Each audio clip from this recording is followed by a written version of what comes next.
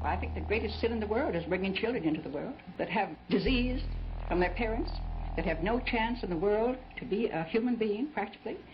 Delinquents, prisoners, all sorts of things just marked when they're born. That, to me, is the greatest sin.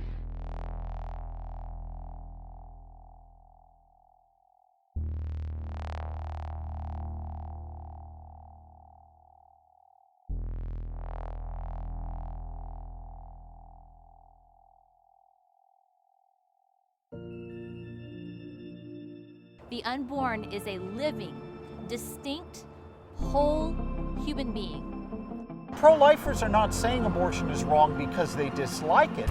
They're saying it's wrong because it intentionally kills an innocent human being. It's about what's right and wrong in spite of our taste, not what's right and wrong according to our taste. I need to tell everyone in this room that abortion is murder. Cry out to the Lord, Lord, forgive me. Believe in the Lord Jesus Christ and you will be saved.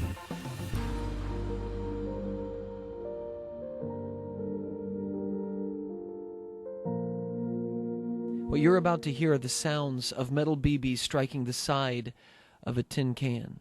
For every BB that strikes, it represents 10,000 lives lost in the wars of America's past.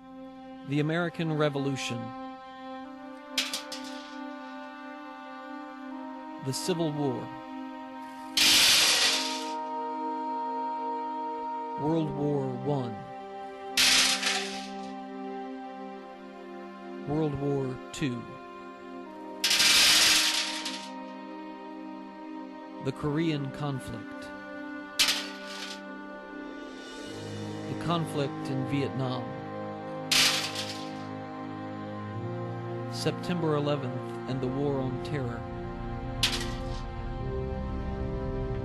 Since 1973, the War on the Unborn Child.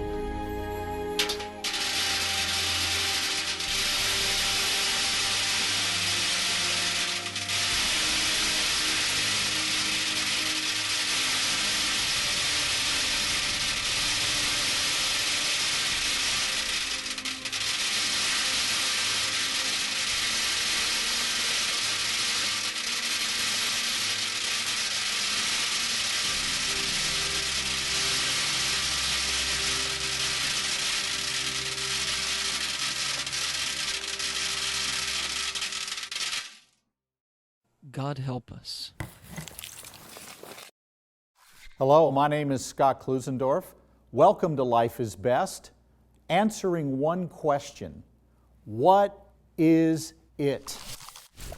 I don't consider it a human being. Yes, it's another human life, but it's their body. It's not exactly something, but then again, it is something. It's kind of more like a bunch of cells. To me, they're not alive, so like, I'm okay with that. The child is not technically alive. You should have the right to end the child's life if it needs to be. It's only a potential human being. Abortion kills a potential human being.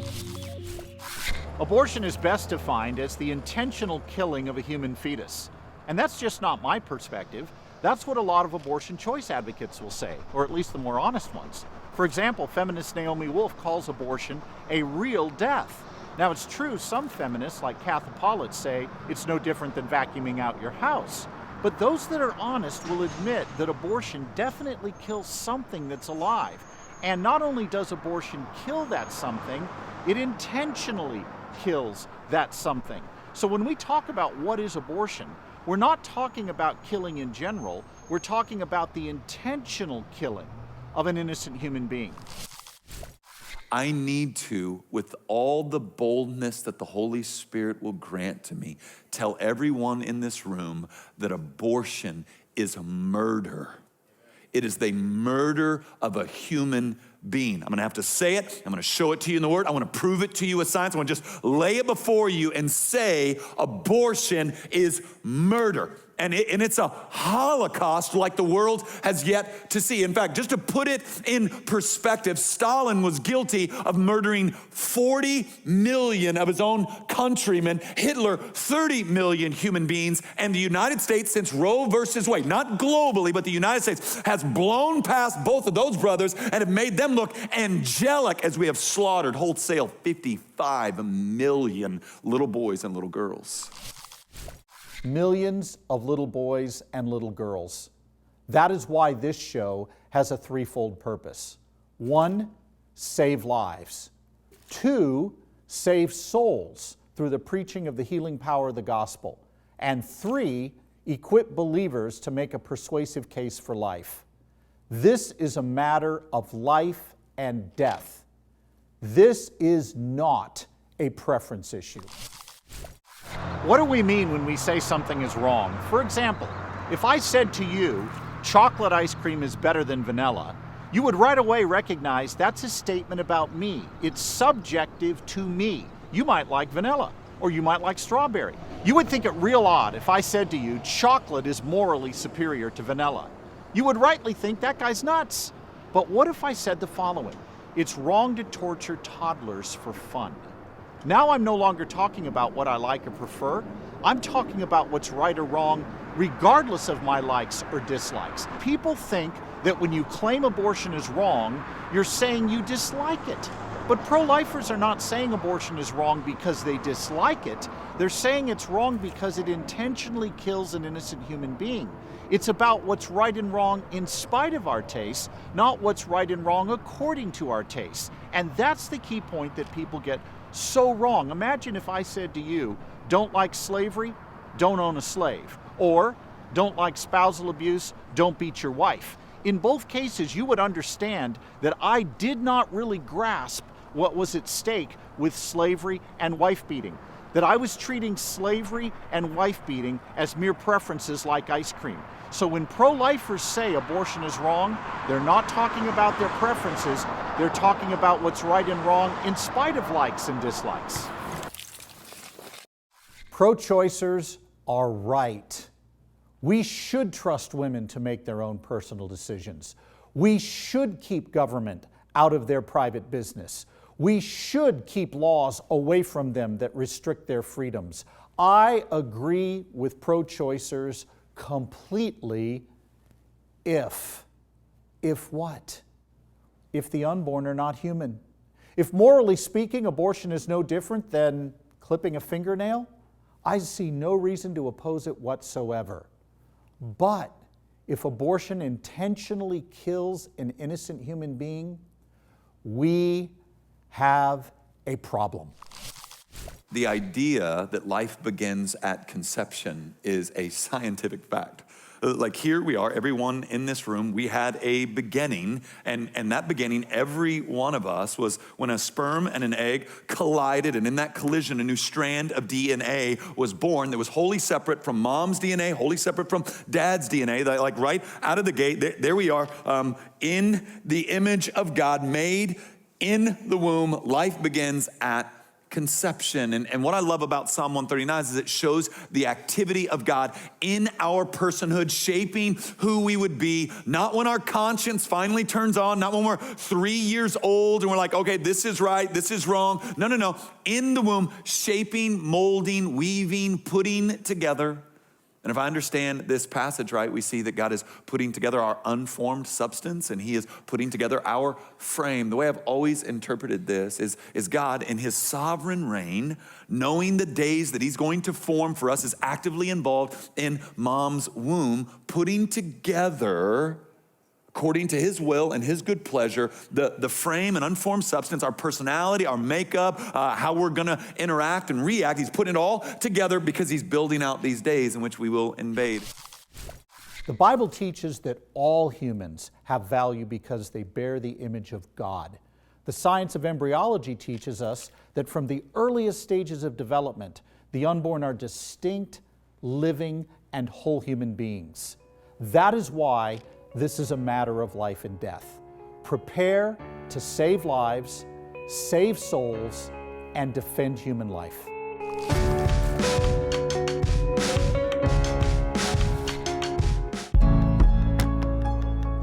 Welcome back to Life is Best. Some would say the abortion issue is complex, that it's about choice, privacy, trusting women, rape and incest, life of the mother. But in reality, it's not complex. It inevitably comes down to one question. What is it? Before we can answer the question, can we kill the unborn, we have to answer the question, what is the unborn? That's the question at the center of the whole debate. If having an abortion is no different than clipping my fingernail or pulling my tooth, then I don't have a problem with it. But if abortion takes the life of a human being, that's a different matter altogether. So we've got to start with that question, what is the unborn? Do you think abortion is complex or simple to figure out?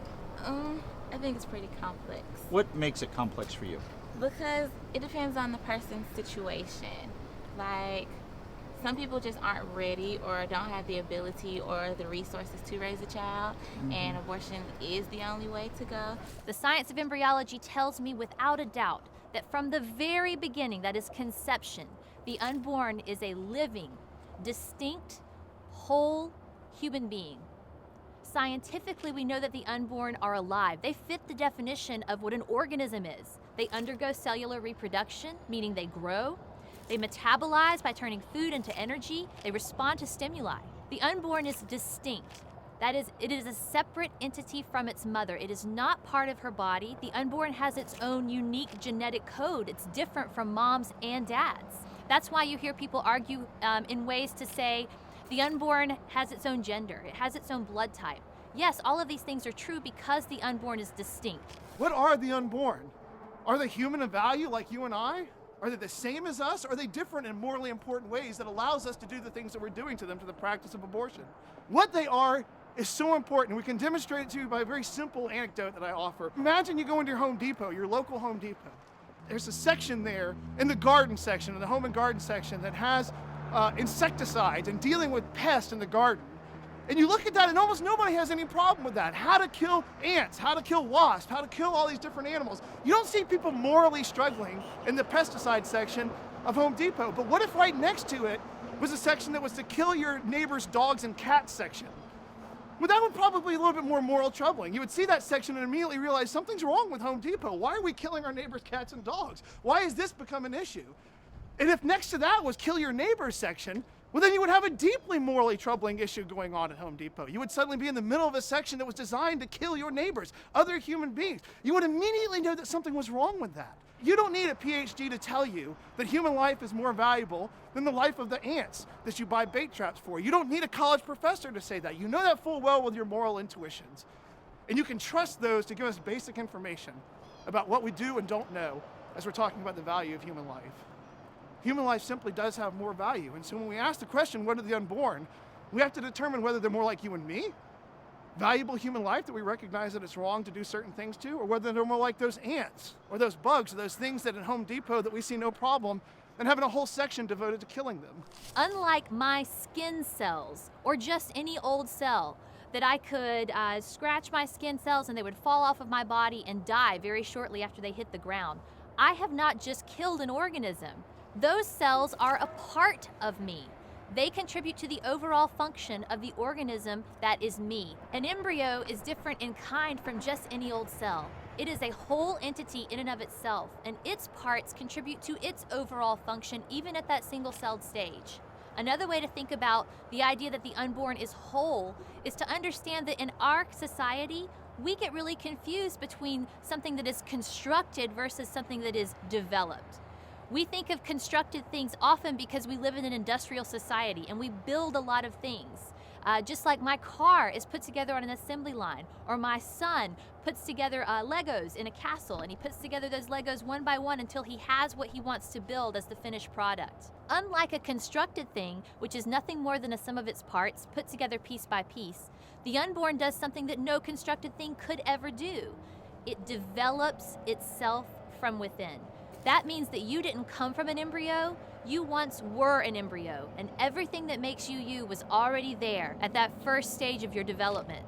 If a mother had a 2-year-old and she wasn't ready to raise him, and she didn't want to give him up for adoption, would it be okay for her to kill the 2-year-old? No, but it's not the same thing. So would the issue be then not that whether or not the mother's ready or not, but whether the unborn is human like that toddler? I have to go with the latter, yeah. Okay, so if the unborn were human like that toddler, then the mother being ready or not would not be a good reason for killing the toddler? Is that what you're saying? Okay. Notice something about that conversation. The issue of abortion was complex to that student only so long as she was allowed to believe the unborn weren't human. She hadn't argued for it, she was simply assuming the unborn weren't human. And what I did in that conversation is force her to look at the question, what is the unborn? As Christians, we know biblically, scientifically, and intuitively that the unborn are distinct, living, and whole human beings.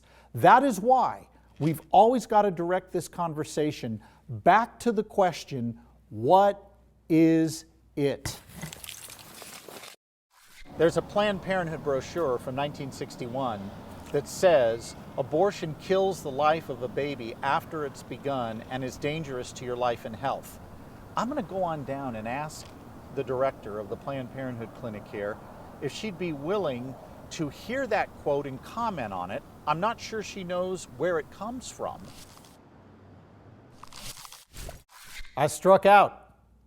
I asked 3 times if there was someone inside that clinic that could talk to me. I asked if I could talk to the director. No. I asked if there was a press person I could talk to. No. I asked if there was a time I could come back. No. Would you want to comment, though, if you had a brochure that said this? An abortion requires an operation. It kills the life of a baby after it has begun. It is dangerous to your life and health. Needless to say, they don't have any of those brochures laying around Planned Parenthood waiting rooms anymore. And who can blame them? The science is clear. The unborn are distinct, living, whole human beings. The Bible is clear. Humans bear the image of God. And if we're honest, our intuitions are clear. We know what we're killing. We're killing a human being. When we come back on Life is Best, we're going to give you a tool for demonstrating that there's no essential difference between killing that child in the womb and killing you.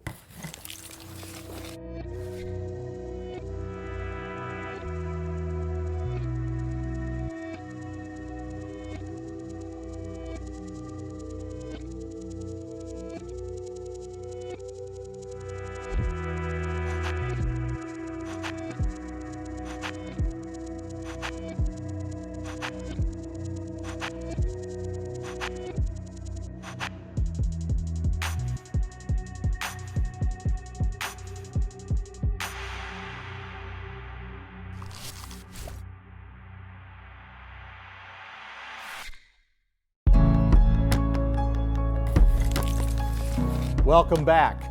Sometimes when you're discussing human value, let's face it, things can get really confusing. People will give you a phone book list of reasons about why the unborn don't count. They'll tell you the unborn are too small, or they're not self-aware, or they can't feel what we feel, or they can't interact with their environment.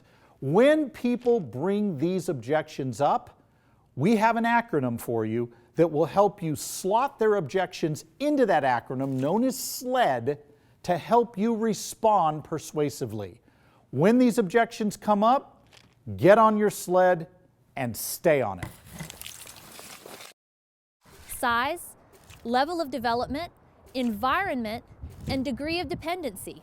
If we just look at size for a second, we can see, does size really determine your value? The argument might go something like this: the embryo is tiny, therefore insignificant. But if size is what determines our value, we're in big trouble.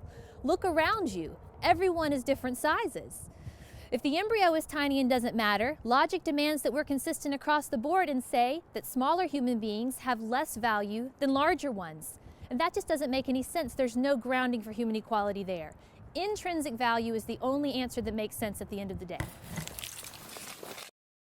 Megan is making a very important point. Body size does not equal value. We don't think it's less a crime to beat a 2-year-old who's smaller than a 5-year-old. We don't think that a 7'2" basketball star has more value than all of us simply because he's larger. As a matter of principle, as soon as you say body size is what gives us our value, you have to follow through and say large people have more rights than small people. But we know better than that. We know that can't be right. Now, when you hear people say this, when they bring up something like size, it's also important you listen for the next thing you know they're going to bring up, which is the L. Level of development. The unborn are less developed than we are, therefore less deserving of a right to life. My daughter Neely is 8.5 years old. She's about to be 9, and she doesn't yet have a fully working reproductive system. She hasn't developed it yet. But can I kill her because she's less developed than me? No way. That makes no sense. But if you're going to grant it here, logic says, you got to grant it down the road as well.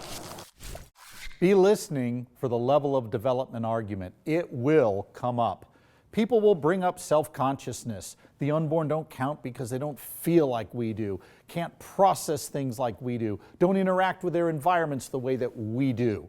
When you hear these things come up, it's best to personalize it so you can shift from the abstract to the concrete. That's precisely what Megan did. She didn't just talk about these concepts as some kind of abstract thing out there. She brought it right home to her own daughter, Neely. And she made the point that if development defines humanity, her daughter loses. That was a powerful point. Abraham Lincoln did the same thing with slavery. He pointed out that if you claim that we're human and valuable because our skin is fairer than the black man, well, guess what?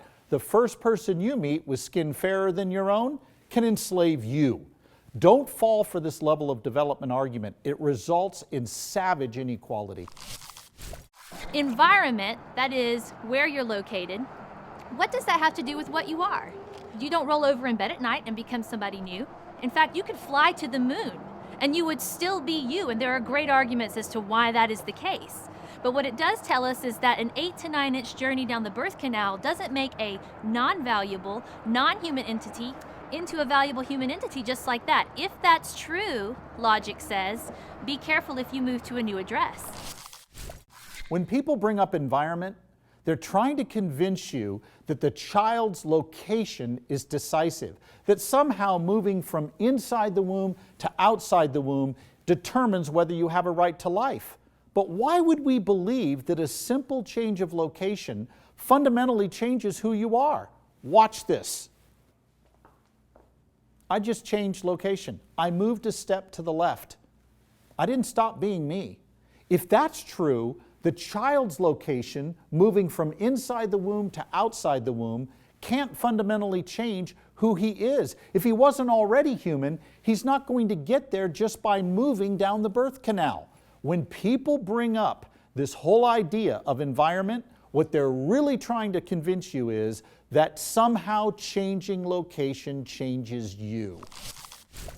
And degree of dependency. The unborn are dependent on their mothers for survival, and so they don't have a right to life, the argument goes. My mom is diabetic. She is dependent upon her medicine to survive. Without it, she can't process sugars on her own, and her body won't be able to do that. She might die. I can't kill her because of her dependency. But logic says if you're going to grant it here, you've got to grant it down the road as well. And these types of instrumental value answers create spectrums of value because all of these types of things come in degrees between different human beings. Intrinsic value is the only answer that makes sense at the end of the day. The science of embryology shows us that from the earliest stages of development, in other words, when you were at the 2-cell stage, you were a distinct, living, and whole human being. You didn't come from an embryo, you once were one. There's no essential difference between that embryo you once were and the young adult you are today that would justify killing you back then. You're larger, but body size doesn't give you value. You're more developed, but we don't think 2-year-olds that aren't as developed as 20-year-olds have less of a right to life. You're in a different environment. You're out of the womb you were once in. But I would argue where you are has no bearing on who you are. When you left home this morning and came to class, you didn't stop being you. And finally, degree of dependency. Sure, you depended on the mother for survival, your mother in your case, but dependency on another human being is not a good reason for saying we can kill you. Let me ask you a question. Are you starting to see that these arguments are persuasive? And maybe they're so persuasive That you're starting to feel a tinge of guilt over a past decision you made to have an abortion? And maybe you're thinking, hey, I didn't have this information before, and I acted in a way I wouldn't have acted if I had known what I'd seen today. You may be a guy who thinks, man, I drove a girl to a clinic. Or a woman who made that decision because you thought you had no other way out. If that's you and you're feeling the guilt of a past abortion decision, I have very good news for you. What must you do to be saved? You must recognize that you cannot save yourself. No one can do that, but that's what God has done through His Son, Jesus Christ. What must you do? You must acknowledge that you have sinned, not just with regard to the abortion, but with regard to everything, like all of us. And you must turn and receive the free gift of eternal life that was won for you on Calvary. Cry out to the Lord, Lord, forgive me. Lord, save me. Lord, I believe in Thee. For God so loved the world that He gave His only Son, that whoever believes in Him shall not perish but have everlasting life. Believe in the Lord Jesus Christ and you will be saved. And that is our prayer for you. Thank you for watching Life is Best.